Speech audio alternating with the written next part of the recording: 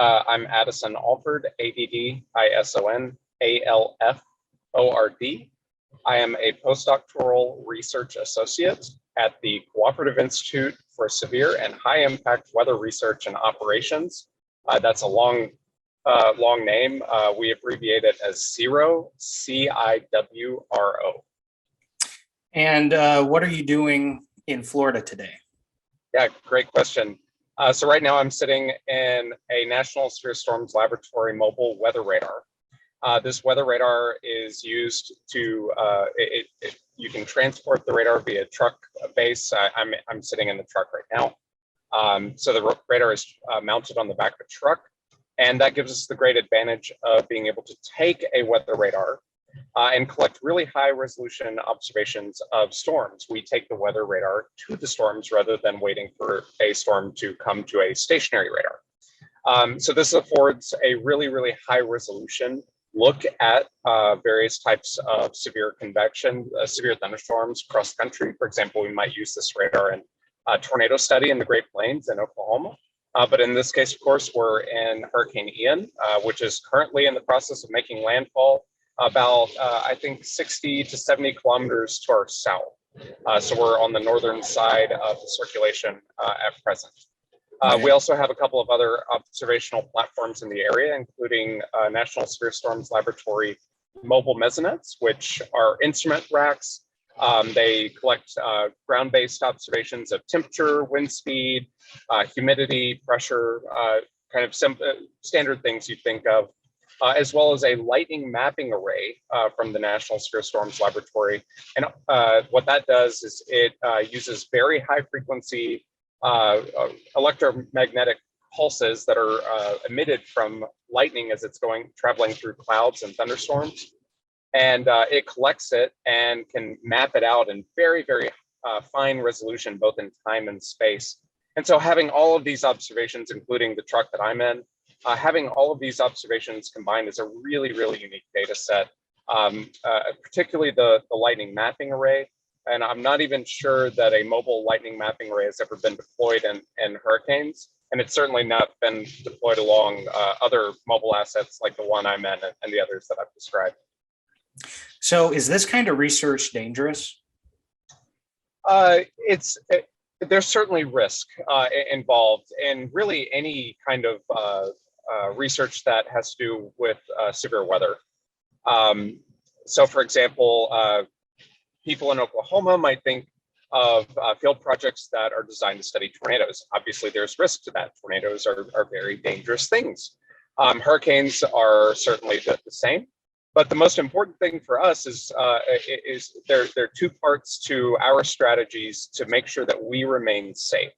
The first is that the equipment that we use, the vehicles that are carrying specialized instrumentation, they're very safe. They're designed to withstand a high wind environment that we might experience in hurricanes. And if you can probably see my camera rattling around, that's not me moving, that's the wind moving the truck.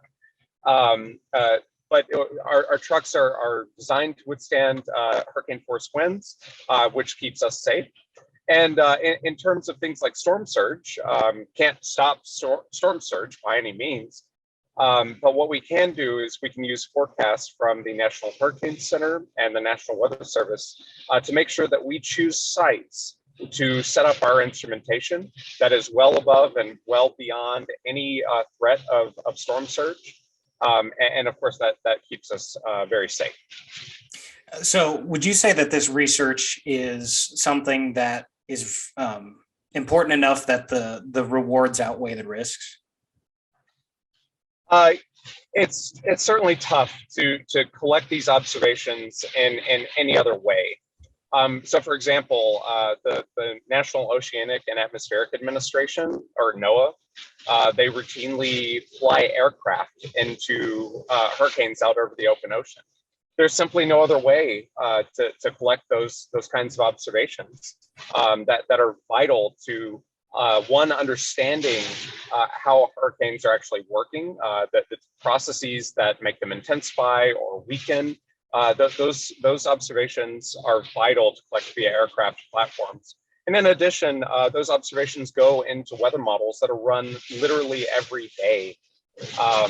And so those kinds of observations, yes, there's certainly inherent risk, but with mitigation strategies to make sure that risk is as low as possible, there have been no real disasters or anything like that in any of these research operations, and that comes with a lot of specialized training and preparation. So is there kind of a favorite part about this line of work for you?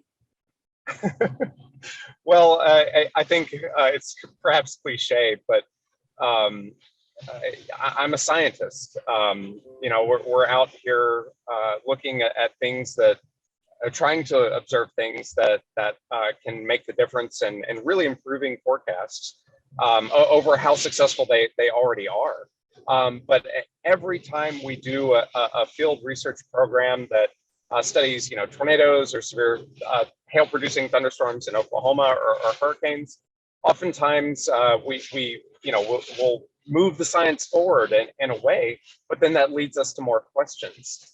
That these kinds of data just naturally lead to those kinds of questions. For all of the devastation that hurricanes can cause,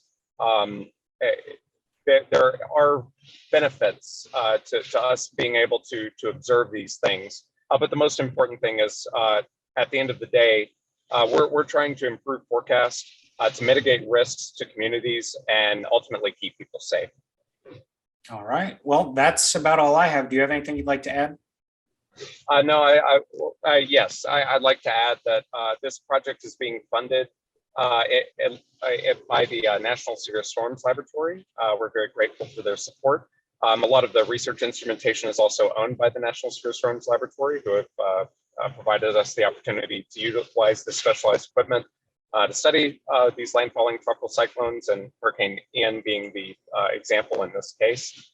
So we're very grateful for that. And thus far, it's been a pretty successful mission from a science standpoint.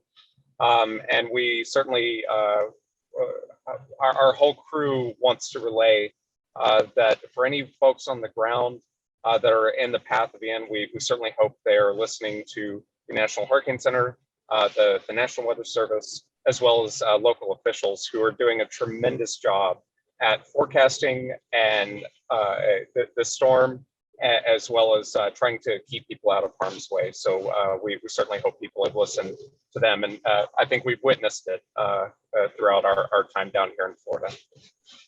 All right. Well, I'll let you get back to it. Thank you so much for giving me a slice of your day. Yeah, no problem. Happy to do it. Good luck with the research. Yeah, I appreciate it. Nice to meet you.